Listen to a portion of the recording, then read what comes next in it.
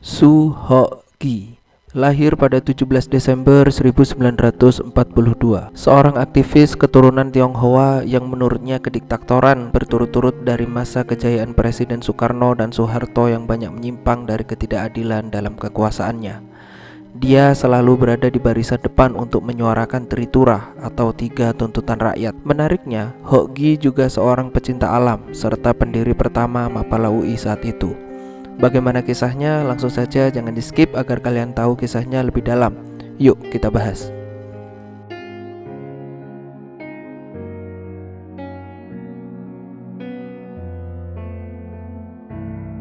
Ho Ki sebagai darah etnis Tionghoa yang menganut kepercayaan Katolik. Ayahnya bernama Su Litpet atau dengan nama Indonesianya adalah Salam Sutrawan. Ho Ki adalah anak keempat dari 5 bersaudara. Salah satu kakaknya yang dikenal adalah Sok Hu Jin, dengan nama Indonesianya adalah Arif Budiman, yang merupakan seorang sosiolog dari Universitas Kristen Satya Wacana yang juga seorang kritikus terhadap politik Indonesia saat itu. Ho Ki menghabiskan masa sekolah SMA di Kolese Kanisius. Di sini minatnya di dunia sastra dan sejarah semakin mendalam. Dia adalah seorang yang gemar membaca bersama kakaknya di perpustakaan atau taman baca di sudut kota. Selain itu, dia adalah penulis yang berpengaruh dalam dunia politik karena setiap tulisannya penuh dengan makna kritik terhadap kekuasaan pemerintahan saat itu. Kebenciannya terhadap pemerintahan kepresidenan Soekarno dimulai sejak dia melihat kemiskinan, kesengsaraan, serta kelaparan yang ia lihat sepanjang bulan Desember 1959. Dengan melihat kejadian tersebut, Ho Ki seringkali membantu mereka dengan memberikan separuh uangnya agar mereka bisa membeli makanan. Dia mendapati banyak kejanggalan dan keanehan dalam sistem pemerintahan Soekarno yang ia pikir bahwa dalam parlemen dan kekuasaannya berdiri di atas penderitaan rakyat. Maka dari sinilah Ho Ki merasa untuk memerangi ketidakadilan yang tengah terjadi di negeri ini waktu itu. Tapi kalau dipikir-pikir, bukan hanya waktu itu aja sih. Apa sekarang-sekarang ini juga iya? Apa hanya tidak terpantau atau pura-pura tidak tahu? Karena perut tikus selalu kenyang tanpa bisa ditangkap saat mencuri makan, sehingga bisa memberi makan pemangsanya. Jika parlemen dikuasai oleh manusia sampah koruptor, sampai kapanpun negeri ini tak akan makmur. Mereka hanya menutupi kaum kelaparan dengan berbagai cara, namun masih untuk terlihat di media. Untuk apa? Biar apa? Tak lain jawabannya adalah suara. Udahlah, lanjut, bahaya. Sorry ya guys, malah kemana-mana nih, jadi emosi sendiri. Ho Ki lalu melanjutkan di Universitas Indonesia dengan mengambil jurusan sejarah dari tahun 1942. Dia menjadi arsitek gerakan mahasiswa 66 yang turut menumbangkan kekuasaan kepresidenan Soekarno. Dia sosok yang idealis yang membuat dia disegani akan pemikiran dan di setiap tulisannya. Bahkan, dia aktif dalam kegiatan kampus termasuk bergabung dalam gerakan anti Soekarno atau biasanya disebut gerakan bawah tanah yang digerakkan oleh orang-orang PSI yang dipimpin oleh Sumitro Jojo Hadikusumo yang merupakan ayah dari Prabowo Subianto. Ho Ki sebagai mahasiswa join dengan gerakan mahasiswa sosial atau GMSOS dan gerakan pembaharuan yang sesuai dengan idealismenya pada politik nilai, bukan politik kekuasaan seperti partai politik. Ho Ki menjadi bagian penting pergerakan mahasiswa yang memiliki pengaruh besar atas tumbangnya rezim Orde Lama Soekarno pada 30 September 1965. Gerakan mahasiswa turut menuntut pemerintah untuk membubarkan Partai Komunis Indonesia atau PKI. Ho Ki juga melibatkan dirinya dengan gerakan mahasiswa tentara sesuai yang dituliskan oleh John Maxwell pada tahun 1997 pada artikel yang berjudul A Biography of Young Indonesia Intellectual, yang mana mahasiswa ini memiliki intelektual politik barat dan bergabung dengan perwira Kodam Siliwangi yang juga anti Soekarno. Dan ini sangat bermanfaat gerakan mahasiswa tersebut dalam backup keamanan dalam setiap demonstrasi anti Soekarno. Singkat cerita, pada lengsernya Soekarno ternyata digantikan oleh Soeharto yang mana pada sistem kekuasaannya sama saja tak berbeda dengan sebelumnya, yaitu tendensi militerisme dan tindakan penguasaan negara yang kejam, keras dan otoriter atau yang disebut fasistis. Di sini Ho Ki merasa kesal dan menyesal bahwa perjuangannya seakan sia-sia, yang pada akhirnya dia memilih untuk menjaga jarak dulu dari hiruk pikuk ramainya perang politik saat itu. Tapi bukan berarti menyerah. Di setiap perjuangan dan dalam tulisannya yang kritis dan tajam, dia sebarkan melalui media massa kala itu yang dibaca oleh semua kalangan Indonesia dari kekuasaan pemerintahan bahkan korban-korban dari perubahan tersebut. Dia juga mengkritik atas teman-teman dan kerabatnya sendiri yang berkhianat atas mereka yang ikut menjadi anggota parlemen dalam kekuasaan Orde Baru. Disinilah Hoki merasa lelah atas semua pengkhianatan atas rekan-rekannya sendiri. Bahkan dia mengirimkan pakaian dalam wanita dan lipstik bagi rekannya di parlemen sebagai sindiran sarkasme bagi mereka yang memilih jalur pengkhianatan karena ketakutan dan kelemahannya. Hoki juga aktif menjadi mahasiswa Mapala di 12 Desember 1964.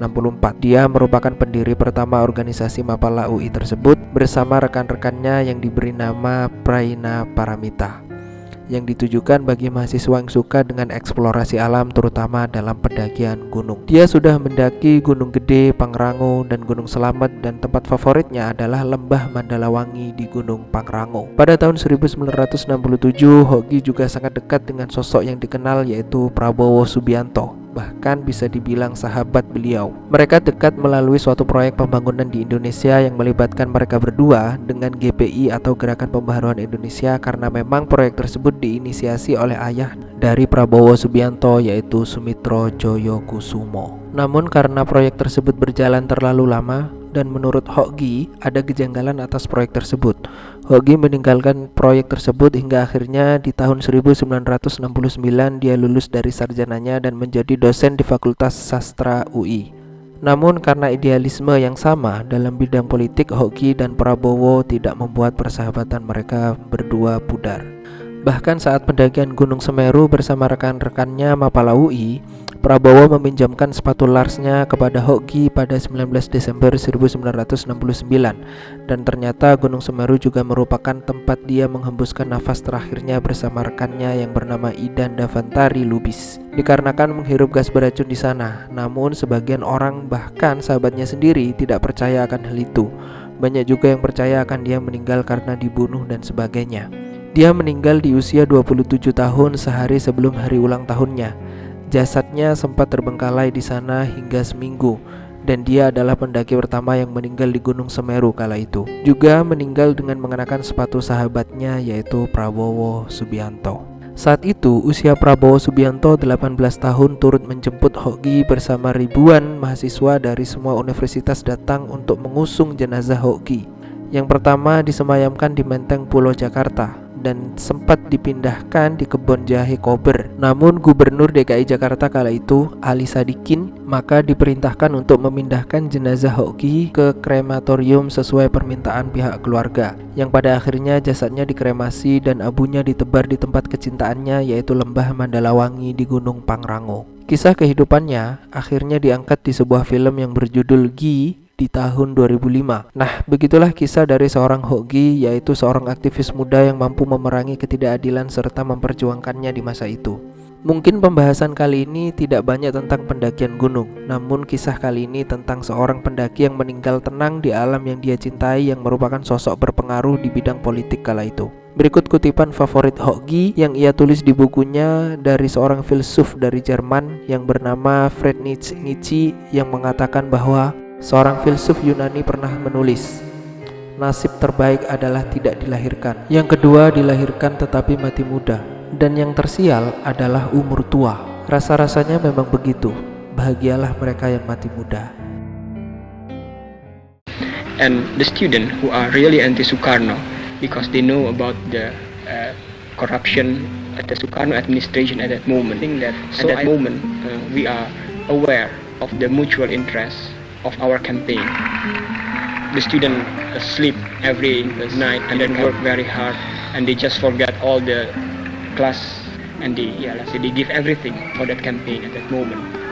The army was given news what the student want to do, and then when the army said that it's too dangerous, sometimes they stop us, but sometimes the student don't care about the army, so they just go on.